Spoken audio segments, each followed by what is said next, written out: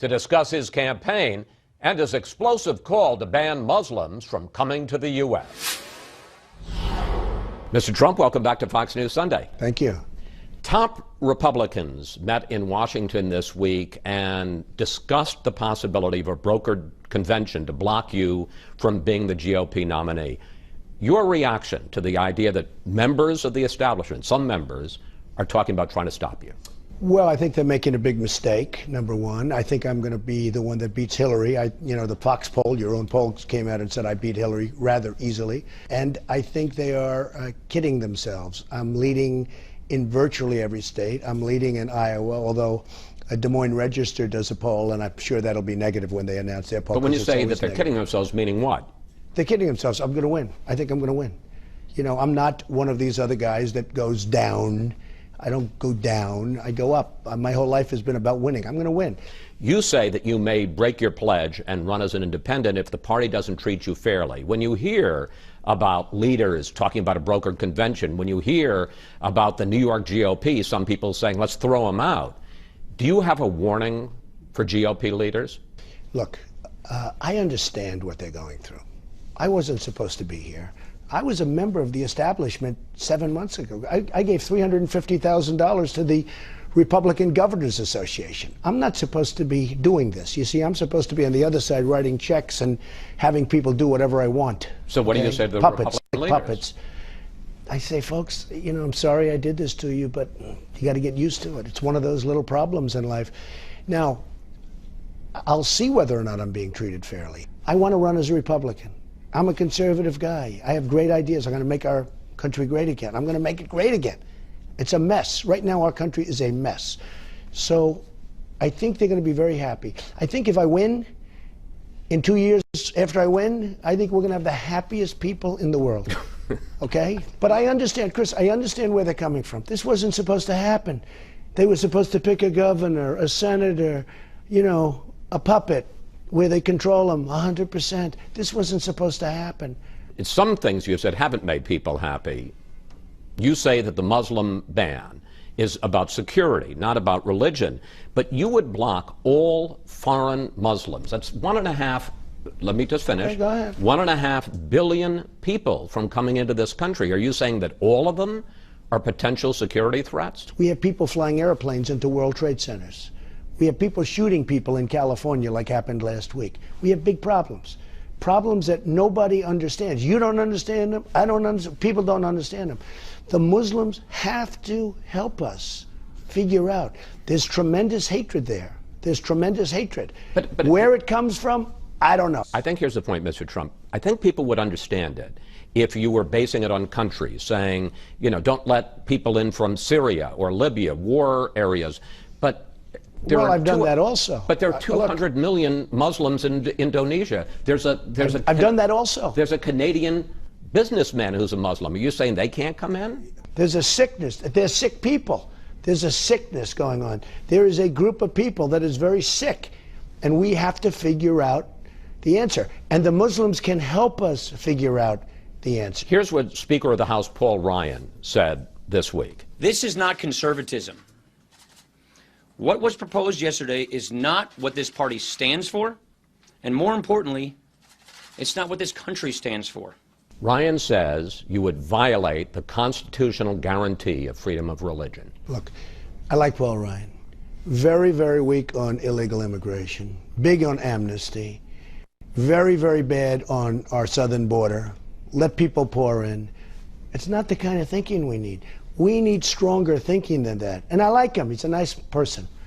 But we need stronger thinking than that. I want the Muslims to help me. I knew there'd be a storm. I'm a very smart person. I knew there'd be a storm. But we need the Muslims to help us figure it out. This week, you've been called a bigot, a fascist, a demagogue. I looked up the word demagogue in the dictionary, and it says someone, a public official who seeks support based on appealing to people's fear and prejudice. Not me. Is that what you're doing? No, it's the opposite. It's called Make America Great Again. It's the opposite. I want to make our country safe. In fact, I'm going to add to it. Make America great again, make America safe again. It's not safe. We're living in fear. I'm not creating the fear. People are living in fear. I have friends that don't want to fly in airplanes anymore, okay? Now look, there's a problem. You don't have to admit it, you never will, because you always want to be politically correct. Your father would have admitted it, okay? He's a little perfect.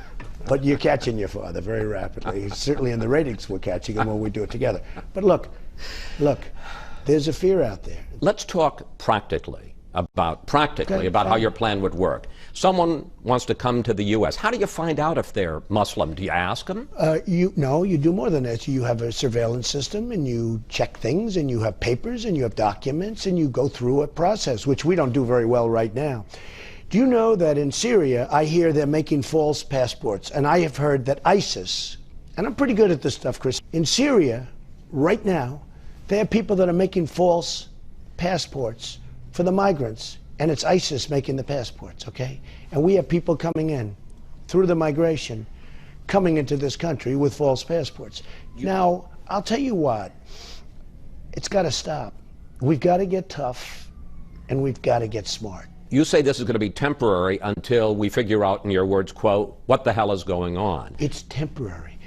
But Chris, they've got to help us. I understand, but you call our leaders in Washington losers. And I didn't say losers. I said they're stupid. Okay. Okay? But my point is... Loser's not a strong enough term. So under those circumstances, isn't this going to take Donald Trump years as president to be able to sort out the good Muslims from the bad Muslims? I know the Muslims. I'm partners with Muslims. They're friends of mine. They're very smart. They're great people. They got to help us. They got to help us. So you had these two people. Everybody knew what they were going to do. They had pipe bombs all over their apartment, sitting on the floor. You had the mother knew, you had the neighbor knew, you had the one guy who bought the rifles. They all knew. And the one person said, oh, I knew, but maybe racial profiling. He didn't want to be a racial profiler. So people are laying dead all over a certain place. Good people, great people. I think it's disgraceful. We need help. We have to have people turn other people in. Once they're radicalized, it's too late. Now, we have another problem, because we have many radicalized people in the United States. We have to do something about that. Let's turn to the campaign. You lead in almost all the polls, except for a couple in Iowa, where Ted Cruz is slightly ahead of you. This week, Ted Cruz apparently told some supporters that he questions your judgment to be president. What do you think of Ted Cruz? Well, do you notice he said it behind my back? Somebody taped that conversation. He said it behind my back, and that's okay. Look, I don't think he's qualified to be president. Why not? Because I don't think he has the right temperament. I don't think he's got the right judgment. What's wrong with this temperament? Well, you look at the way he's dealt with the Senate, where he goes in there like a, frankly, like a little bit of a maniac. You're never going to get things done that way. Look, I built a phenomenal business. I'm worth many, many billions of dollars. I have some of the greatest assets anywhere in the world. You can't walk into the Senate and scream and call people liars and not be able to cajole and get along with people. He'll never get anything done, and that's the problem with Ted. Most of the so-called experts are now saying maybe Trump wins the nomination, but he's still going to get swamped in a general election by Hillary Clinton. And they point to this. Among women, 27% have a favorable view of you, 62% unfavorable. Among blacks, here's your problem. Here's your problem. Can I just read? No. I think this. You're quoting one poll because there are other polls where I'm very favorable with women. No, but not among all women. Excuse me. We wanted to ask Trump about a USA Today poll last week, which shows him with high unfavorable ratings among women, blacks, and Hispanics. You released a poll, Donald Trump against Hillary Clinton, and I win by 4 points. It's a Fox poll. It's not a Quinnipiac or whoever it is. It's a Fox poll. So Fox and Roger Ailes pays all this money for a Fox poll. In the Fox poll, I beat easily Hillary Clinton. Why don't you talk about that poll? Trump's right. There was a Fox poll that showed him beating Clinton by 5 points. But it was a month old, not 2 or 3 days. How do you answer the question? Are you too divisive? No, Hispanics, I think I'm great. Look, blacks, women? I think I'll win the Hispanics. I employ thousands of Hispanics. They love me. I love them. And I think I'm going to do great with women. And one of the reasons I'm going to do great with women is that I'm a leader. I'm not like Hillary Clinton. She's got no strength. She's got no stamina. Everything she does is like theatrical. Oh, Donald Trump said this. He actually, it's sort of interesting. She said, I watched her last night, Donald Trump, looks like she practices in front of a mirror for 2 hours. Donald Trump said, I think he's dangerous. I'm dangerous. She's the one that caused all this problem. With her stupid policies, you look at what she did with Libya, what she did with Syria. Look at Egypt, what happened with Egypt. A total mess. We don't back any of our allies. You look, she was truly, if not one of the worst Secretary of States in the history of the country. She talks about me being dangerous. She's killed hundreds of thousands of people with her stupidity. What do you mean she's killed hundreds of thousands? She was Secretary of State. Obama was president. The team, right. Two real geniuses. Killed hundreds? Two real geniuses. Of course. Look at what happened.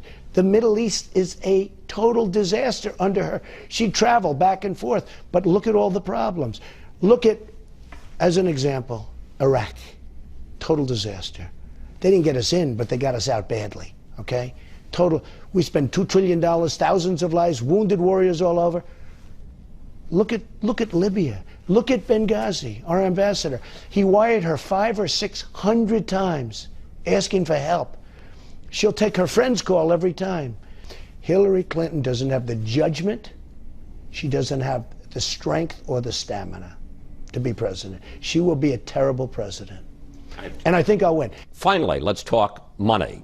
Should congressional Republicans put policy riders in a bill to keep the government funded? And if so, what issues are worth risking a government shutdown? If we had leadership, you wouldn't have to talk about a shutdown. And one of the things I'm so disappointed with the Republicans is that we have a budget, and then they go to sleep for 2 years. They don't do anything. And they start talking about it just before the budget comes up. It doesn't work that way. Are there policy issues that you would shut down the government over? I don't want to say, and I'll tell you why I don't want to say. There are certain things that we can talk about, but I don't want to say, because they have to think of us as unpredictable. Let me tell you, Boehner said, we will never, ever shut down the government. What happened? He gave away all his cards by saying that. In other words, he gave Obama all of his cards. Okay, it's fine to say that. Now Obama sat back, he got everything he wanted. So I don't want to say what I'll do. Finally, it's called the art of the deal, in all fairness. I mean, nobody in our government understands the art of the deal. Finally, the Federal Reserve meets this week. Should they raise interest rates? And what do you think of Fed Chairman Janet Yellen? Well, she's always been known as very low interest, and as a developer, I like low interest rates. As somebody that loves our country, you're going to have to start raising them, and she should start raising them a little bit at least. Why? Look, I'm getting free money. By doing this, it's a form of printing money. And I think she's fine. She's a very low interest rate person. I think she's probably going to raise them. And if she does, it's going to be a small raise. And I don't think it's going to have much of an impact. Mr. Trump? Thank you. Thank you. Thank you very much.